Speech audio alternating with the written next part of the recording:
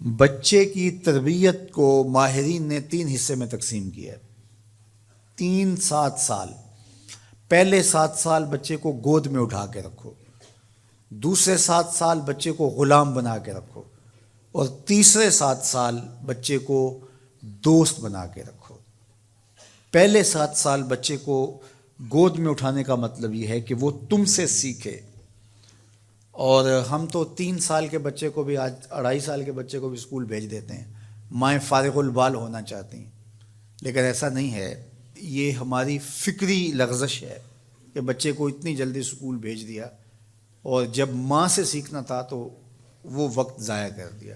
آج بھی جاپان میں 7-8 سال کا بچہ اسکول جاتا ہے، اور آج بھی کچھ اور ممالک کے اندر بھی انہوں نے یہ طے کر دیا ہے کہ 7 سال سے پہلے بچہ سکول نہ جائے، تو وہ گھر میں بیٹھ کے سیکھتا ہے۔ یہ اس کی تربیت کا مرحلہ ہے، اس کا یہ مرحلہ یہاں مکمل ہونا چاہیے۔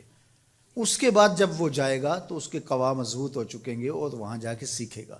یہ پہلا اس کا مرحلہ یہاں سیکھنے کا ہے۔ ظاہر ہے باپ تو وہ توجہ نہیں دے پاتا، تو ماں کو بھرپور توجہ بچے کی طرف دینی چاہیے۔ عمومی طور پہ ماضی میں مائیں اپنے بچوں کی تربیت میں انتہائی مبالغہ کرتی تھی اور بہت زیادہ محنت شاقہ کرتی تھی، چونکہ ان کی توجہات کا کوئی اور مرکز نہیں ہوا کرتا تھا، اور وہ سمجھتی تھی کہ ہمارا یہی کام ہے کہ ہم بچوں کی اچھی تربیت کر لیں، اور چند بچوں کی تربیت ہی ماں کی ذمہ داری ہے، اور یہ اگر احسن طریقے سے نبھا دے تو اس نے اپنا حصہ امت میں بھی ڈال دیا، معاشرت میں بھی ڈال دیا، اور قوم بنانے کے اندر بھی اپنا حصہ ڈال دیا۔ لیکن اگر وہ اپنا یہ فریضہ انجام نہیں دیتی، اس میں کوتاہی کر دیتی ہے، تو اس نے پھر کچھ بھی نہ کیا۔ اچھی نسل اچھی ماؤں کی گود سے پروان چڑھ کے ہی معاشرے کو نصیب ہوتی ہے، اور یہ بنیادی اکائیاں ہیں، بنیادی اینٹیں ہیں جس سے معاشرت ترتیب پاتی ہے۔ اس لیے یہ ماؤں کی ذمہ داری ہے۔ اور دوسرے 7 سال جو ہے وہ غلام بنا کے رکھو۔ مطلب کیا؟ کہ ان پر احکام نافذ کرو۔ وہ از خود فیصلے نہیں کر پاتے اور اچھے نہیں کر پائیں گے، ان کے فیصلے تم کرو، ماں باپ۔ اور پھر اس کے بعد اگلے 7 سال جو ہیں وہ ان کو دوست بنا کے رکھو، چونکہ عموماً جو ہے وہ 14 سے 21 سال تک کی عمر کے بچے جو ہیں وہ دوستیوں سے، اطراف سے سیکھتے ہیں، چونکہ وہ اگرچہ تمیز نہیں رکھتے ہوتے پوری طرح، لیکن پھر بھی ان کی طبع یہ ہوتی ہے کہ وہ سمجھتے ہیں کہ ہم اطراف سے اچھا سیکھ سکتے ہیں، اور وہ بعض کا ماں باپ کو دقیانوس بھی سمجھنے لگ جاتے ہیں۔ تو اس وقت ماں باپ تھوڑی سی حکمت کے ساتھ ان کی دوستیوں پہ غور کریں کہ ان کی دوستیاں غلط لوگوں سے نہ ہوں۔ میرے اور آپ کے آقا مولا نے ارشاد فرمایا، المرء علی دین خلیلہ فلینظر احدکم من یخالل۔ ہر شخص اپنے دوست کے دین پہ ہوتا ہے، اور آپ دیکھیں کہ آپ کس سے دوستی کر رہے ہیں۔ اگر اس کا دین خراب ہوا، اعتقادات خراب ہوئے، نظریات خراب ہوئے، اس کے اعمال اور اخلاقیات خراب ہوئے، تو اس کا رنگ آپ کے اوپر چڑھ جائے گا۔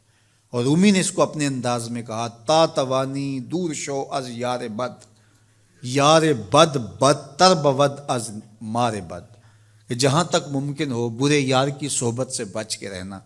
کہا کہ برا جو دوست ہوتا ہے، برا یار ہوتا ہے، وہ برے سانپ سے بھی برا ہوتا ہے۔ کہا کیوں؟ اس لیے کہا جب سانپ لڑتا ہے تو جان لیتا ہے، برا یار لڑتا ہے تو ایمان لیتا ہے۔ اس لیے صحبت سالے ترا سالے کنن، صحبت تالے ترا تالے کنن۔ اچھے شخص کی صحبت تجھے نیک بنا دے گی، برے شخص کی صحبت تجھے برا بنا دے گی۔ شیخ سعدی فرماتے ہیں، میں حمام میں گیا تو وہاں کسی نے مٹی رکھی تھی، تو میں نے اس کو اٹھایا تو اس سے مہک آ رہی تھی، میں مست ہونے لگا اس کی دل آویز خوشبو سے۔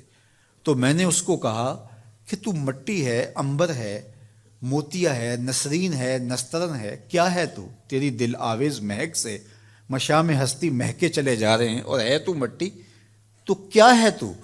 تو اس مٹی نے، شیخ سعدی فرماتے مجھے زبان حال سے جواب دیا کہ ہوں تو میں مٹی، مجھے اپنی اوقات نہیں بھولی، لیکن چند دن میں پھول کی صحبت میں رہی ہوں۔ جمال ہم نشیں در من اثر کر، وگرنہ من ہما خاکم کے ہستم۔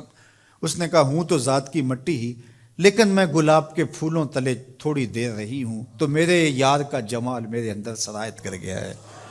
تو ذات کی مٹی ہوں لیکن صحبت میری پھول سے رہی۔ یار مٹی پھول سے صحبت پیدا کر لے تو اس سے مہک آنے لگ جاتی ہے، تو یار بندہ صالح صحبتوں کا انتخاب کر لے تو اس کی زندگی کیوں نہیں بدلتی؟